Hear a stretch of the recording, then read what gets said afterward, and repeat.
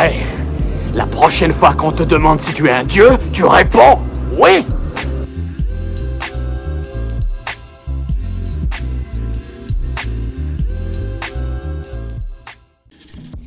Salut à tous, c'est l'Écran Fou et aujourd'hui poursuivons notre périple au cœur même du cinéma français. Vous savez, ce cinéma de qualité qu'il faut absolument sauver avec une nouvelle sortie. Et non, ce ne sera pas le dernier film de Kev Adams, ni Les Tuches numéro 27, mais le dernier chef-d'œuvre signé la bande à Fifi, à savoir Alibi.com 2, qui va effectivement faire suite au premier opus où Greg a décidé de fermer sa société Alibi afin de suivre le droit chemin et honorer sa fiancée comme il se doit en vue d'un mariage. Manque de bol, alors qu'il lui faut présenter ses parents à ceux de Flo, il est confronté à la honteuse vérité les concernant, à savoir que papa est un escroc et maman est une starbée. Greg va donc devoir remettre le couvert avec son ancienne société afin de présenter la famille la plus acceptable possible, mais bon, comme vous vous en doutez, c'est jamais aussi simple. Alors bon, faut savoir que les comédies et moi, ça va, j'ai pas trop de problèmes. Preuve en est, mon film de chevet étant une comédie d'humour française, enfin plus ou moins, et j'adore effectivement les comédies des années 70, 80 et même 90. Hélas, les décennies suivantes, c'est déjà plus la même limonade, à l'exception de quelques films qui ont su se démarquer, mais parce qu'aujourd'hui, ce ne sont plus des films d'ampleur cinématographique, et surtout que ce sont plutôt des successions de blagues, là où autrefois tout l'humour de ces films était majoritairement basé soit sur des contextes, soit autour du style des acteurs, et donc des acteurs très ancrés dans la comédie. J'en veux pour preuve De Funès, Coluche, Les Charlots, l'équipe du Splendide, et j'en passe. Là, c'est des vannes transposées à l'écran, alors j'aime bien les blagounettes, c'est pas le problème, mais on a perdu la finesse des comédies françaises d'autrefois, reconnues justement dans le milieu même à l'international, tout ça pour finalement en faire des trucs qui ne valent pas plus que le support télévisuel, quoi. Et donc autant le dire, Philippe Lachaud, c'est pas le truc sur lequel je veux me jeter, quoi. Après, je comprends son délire, même si bon, c'est quand même très débile, c'est souvent placé en dessous de la ceinture, t'as zéro subtilité, donc oui, ça vole pas haut en matière d'inventivité pour des films qui mériteraient surtout pas le grand écran, alors que pourtant ça a pas l'air comme ça, mais tu sens que Lachaud aime le cinéma, et de manière générale, dans tous ses films, ça se ressent, au point de s'en inspirer pour tenter des choses, mais après, comme on dit, entre tenter et réussir, il y a parfois un fossé que certains n'arrivent pas à franchir.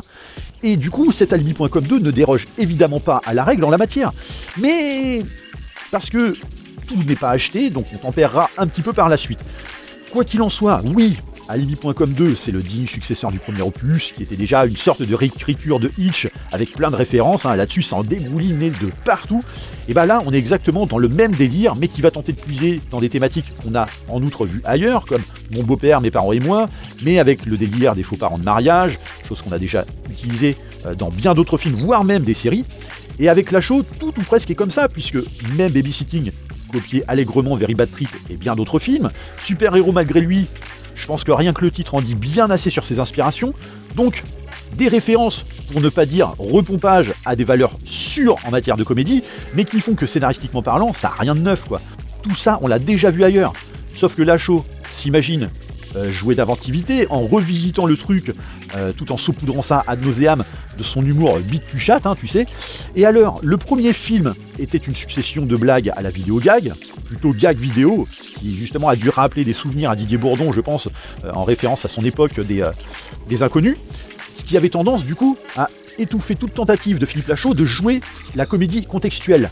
Alors que ici, étrangement, ça fonctionne beaucoup mieux, parce que même si l'humour vole pas haut, on reste quand même sur la même ligne éditoriale, faut quand même le préciser, là, cet humour s'accorde mieux aux situations, et ce, même s'il est à un débit diluvien.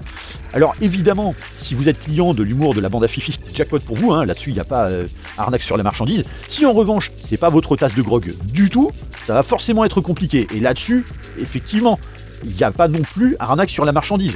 Vous savez très bien ce qu'on vous vend avec ce genre de film. Quoique, certaines touches d'humour seront suffisamment fun pour vous faire laisser s'échapper quelques petits sourires ça et là. Donc on est sur un film sans temps mort, évidemment, au vu du débit incommensurable de conneries qu'a concocté Philippe Lachaud, ce qui fait que malgré la faible durée d'1h30 générique compris, comme ce fut le cas d'ailleurs pour le premier film, logiquement on sort largement rassasié de ce qu'on est venu chercher. Et que si c'est pas le cas, comme je le disais tout à l'heure, c'est que vous vous êtes sûrement trompé de salle et que vous n'étiez pas le public cible avant même de mettre les pieds dans la salle obscure.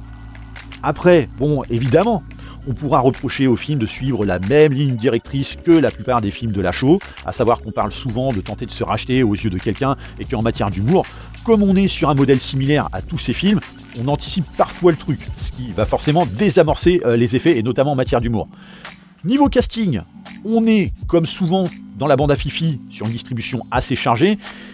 Et c'est là un petit peu tout le dilemme de la comédie à la française pour moi. C'est qu'en ce moment, on en a les exemples les plus probants en salle. Soit c'est comme le dernier Astérix de Guillaume Canet, donc on tente d'appâter le spectateur avec des influenceurs de la génération actuelle, mais que dans 5 ans, le film sera totalement démodé car ces célébrités seront devenues has-been. Soit on prend des pointures déchues qui, avec l'âge, préfèrent accepter l'humiliation qui rapporte plutôt que la sagesse. Donc c'est le défilé dans ce film-là entre Nathalie Baye, Didier Bourdon, Ariel Dombal, Gérard Jugnot et j'en passe, qui ont très bien compris le délire et qui l'assument complètement, donc ça c'est très bien. Mais moi personnellement, j'avoue que ça me fait quand même un peu de la peine de les voir trébucher dans ce registre, quand on pourrait en attendre tellement plus de ces acteurs-là. Donc bon voilà, on a compris avec eux que l'ancienne époque est totalement révolue. D'ailleurs, la bande-annonce en apportait déjà la preuve, avec l'un d'eux qui finissait à poil, la tronche coincée dans une rambarde d'escalier et se retrouvant avec une assiette carrée dans le derche. Et ça, c'est qu'un prélude. Mais encore une fois, on finit par l'accepter dans le sens où eux-mêmes, justement, l'acceptent, ils l'assument. C'est un choix de leur part de partir dans ce délire-là, peut-être pour avoir ce sentiment de garder une certaine jeunesse en étant connecté à elle, puisque Philippe Lachaud n'est pas non plus très très vieux. Mais bon, voilà. Comme je dis, il faut assumer, à moitié pardonner. Quant au reste du casting, comme je le disais tout à l'heure, on est sur des schémas similaires entre tous les films de Lachaud, donc on peut dire qu'on n'est pas dépaysé, puisque c'est pareil pour les personnages. Tu prends Alibi.com ou Babysitting, même combat, donc tu peux prendre les personnages de l'un, tu les fous dans l'autre et inversement, c'est exactement la même chose, on y verra que du feu. Bref, oui, vous pourrez vous divertir de quelques amusements avec Alibi.com 2, et si vous aimez les débilités qui portent sur ce qui se cache sous un slip dans l'esprit de vidéogag, oui, vous y trouverez forcément votre compte, ça c'est indéniable. D'autant que le film semble à la fois plus généreux que le premier et plus intelligent dans la construction de son humour. Alors attention, quand je dis intelligent, c'est une formule de comparaison au premier opus, vous enflammez pas, on est sur un film de la bande à Fifi, vendu comme un film de la bande à Fifi. En revanche, si Lachaud vous file de l'urticaire, je vois même pas pourquoi tenter d'y aller. Maintenant, il faut quand même faire un constat, c'est qu'au prix actuel d'une place de Cinoche, précisons qu'on est ici dans de l'anti-cinéma. Mais si toutefois vous envisagez de vous faire une comédie française en famille qui assume ce qu'elle est et ne vous prend pas pour des pigeons, préférez tout de même ce film au scandaleux Astérix de Guillaume Canet si vous devez faire un choix. Vous vous surprendrez plus facilement à rire avec ce film qu'avec le dernier opus du Gaulois. Voilà, j'en ai terminé pour cette review. Pour le jeu de la réplique, c'était sur la review de Knock at the Cabin. Il fallait trouver Running Man, sorti en 1987 et réalisé par Paul Michael Glaser. Comme d'habitude, je vous invite à laisser des petits commentaires en dessous de la vidéo, mais surtout n'hésitez pas à liker et partager cette review. Pensez aussi à vous abonner à la chaîne pour vous tenir informé des prochains contenus, et sachez que vous pouvez me retrouver sur Twitter sous le nom de l'écran fou, et on se retrouve très rapidement pour une prochaine vidéo. Bye.